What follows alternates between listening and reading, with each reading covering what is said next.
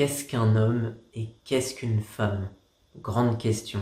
La réponse est évidente pour la majorité de la population, mais pour les personnes trans, c'est beaucoup plus compliqué que ça. Et justement, je suis très content de faire cette vidéo, puisque moi aussi je suis un homme trans, et moi aussi j'ai mon avis à donner là-dessus. C'est quelque chose qui fait énormément polémique. La plupart des gens se fient à la biologie, où il existe hommes et femmes.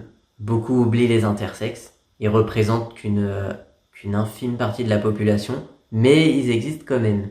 Alors moi j'ai déjà réfléchi au sujet également. Est-ce qu'on peut se définir uniquement par notre biologie? Parce que du coup, si on enlève la biologie, qu'est-ce qu'un homme? Qu'est-ce qu'une femme? Alors ça, j'ai réfléchi. Je n'ai jamais trouvé la réponse. Ça me dépasse en fait. J'ai jamais trouvé. Alors moi, franchement, en toute bienveillance, j'aimerais beaucoup, bien sûr en restant poli, hein. Il n'y a pas de raison de s'énerver. J'aimerais bien que des personnes qui pensent savoir qu'est-ce qu'un homme, qu'est-ce qu'une femme me laissent un commentaire. Parce que là, j'ai déjà réfléchi, par exemple, quand on dit je me sens homme. Je pense que c'est quelque chose que j'ai dû dire de très nombreuses fois également. Quand on dit je me sens homme, ça veut dire quoi? Ou je me sens femme, ça veut dire quoi? Est-ce que ça veut dire je me sens homme parce que j'aime porter des habits masculins? Ou j'aime avoir les cheveux courts? Les habits masculins, déjà, qu'est-ce qui nous prouve qu'ils sont masculins? Qu'est-ce que c'est qu'un habit masculin, déjà? C'est la société qui met des étiquettes comme ça. Parce qu'on voit dans les magasins, rayon homme, rayon femme. Mais qu'est-ce qui te prouve que c'est pour les hommes et ça c'est pour les femmes? Je veux dire, un homme, il est autant capable de porter une jupe qu'une femme, en fait. C'est juste que, effectivement, dans notre société, on voit jamais d'hommes avec des jupes. Enfin, ils existent, mais malheureusement, ils se cachent. Ou ça veut dire que je n'en ai peut-être jamais rencontré. C'est peut-être pour ça que pour moi, j'ai l'impression qu'ils existent pas. Mais je sais évidemment qu'ils existent. Mais je pense que il y en a peut-être peu qui s'assument comme ça, à cause de la société qui juge tout le temps, à cause de tous les stéréotypes qu'on a construits au fur et à mesure du temps. Est-ce que ce serait une question de caractère? C'est quoi un caractère d'homme et c'est quoi un caractère de femme? Pareil, c'est vrai qu'on retrouve certains traits qui reviennent beaucoup plus souvent chez les femmes et d'autres traits qui reviennent beaucoup plus souvent chez les hommes. Les hommes, par exemple, peuvent s'emporter plus facilement. Les femmes, on dit qu'elles sont plus douces. Alors est-ce que les oestrogènes adouciraient? Est-ce que la testostérone ferait en sorte qu'on soit plus agressif, par exemple? Qu'on s'énerve plus vite? Qu'on ait plus souvent des sauts d'humeur? Alors, petit aparté, quand c'était avant de prendre la testo et que j'étais en train de consulter un psychiatre, bon là c'était pas mon psychiatre habituel, il m'a dit de faire attention parce que oui, des fois on peut avoir des sauts d'humeur.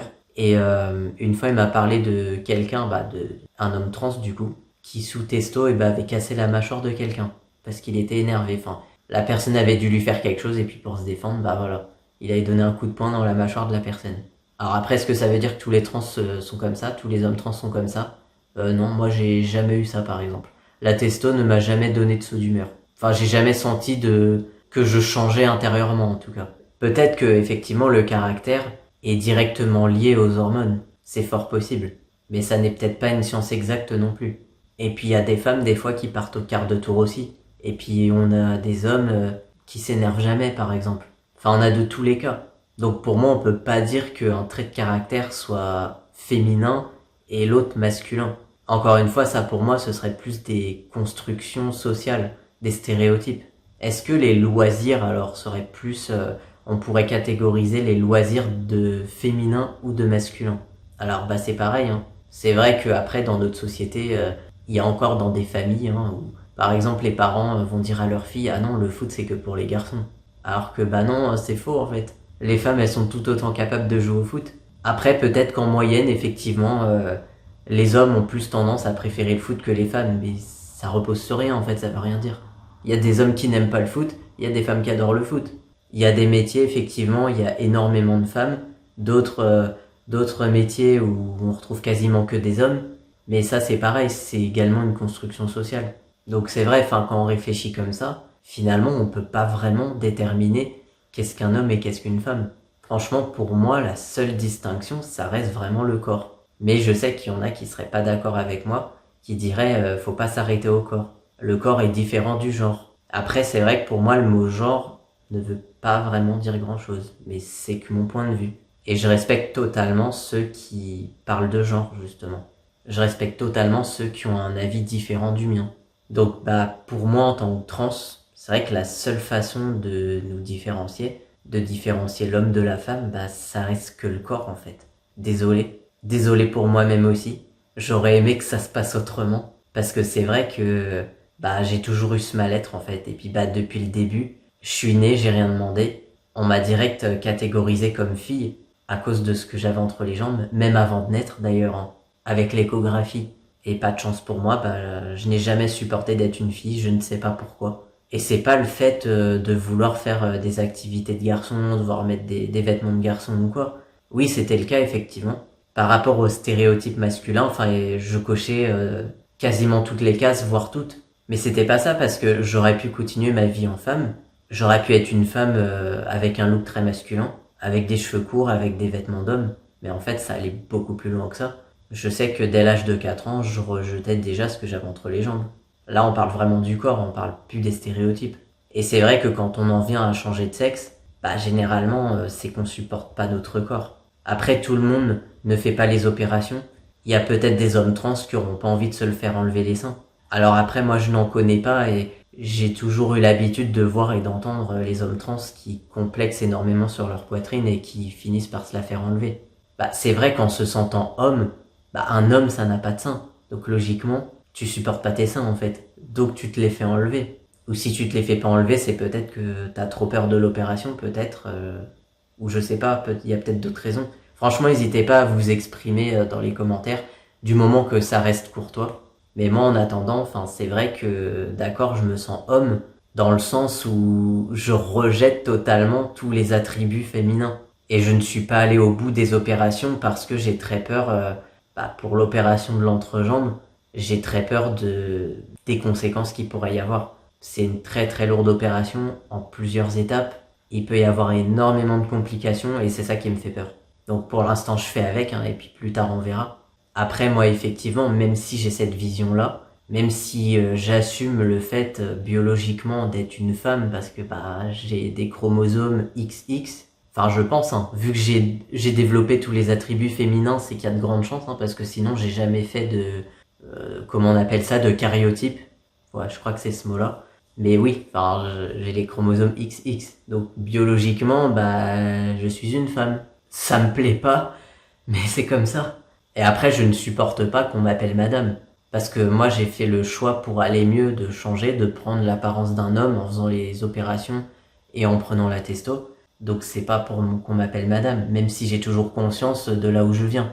Même si j'ai toujours conscience que ce corps, malgré les opérations et la testo, ne deviendra jamais celui d'un homme.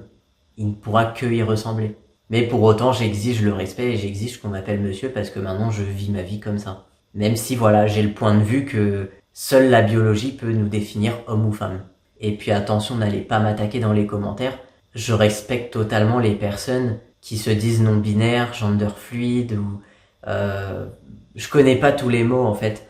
En fait, il y a un moment, j'étais tombé sur un TikTok. Il y avait tous les drapeaux aussi qui correspondaient. Et il y avait tous les genres du coup, parce que ça s'appelle des genres. À part quelques noms comme les non-binaires, les gender fluides, agenres, j'étais complètement largué, perdu. C'est pas un reproche, mais c'est que je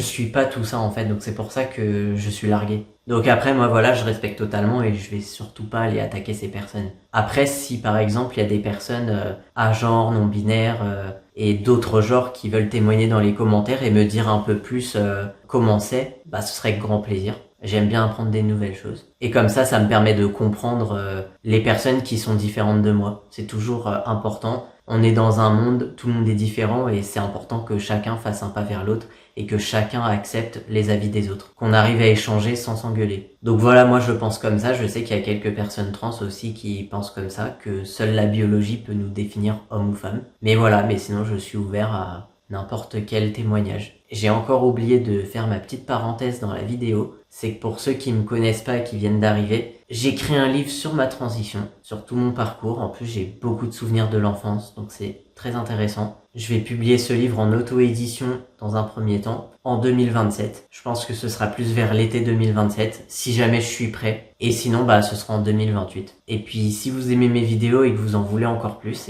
j'en fais sur Instagram et TikTok. Donc, n'hésitez pas à me suivre sur ces réseaux. Je publie tous les jours sur TikTok sur le sujet de la transition pour le moment, parce que j'ai vécu plein de trucs et à l'avenir, j'aimerais bien élargir. Il y aura d'autres livres aussi sur d'autres sujets. Si vous voulez laisser un commentaire, vous pouvez, tant que vous restez poli et respectueux. Et n'hésitez pas à vous abonner à la chaîne si vous avez aimé mes vidéos, pour ne pas manquer les nouvelles. Et on se dit à très bientôt, et prenez soin de vous.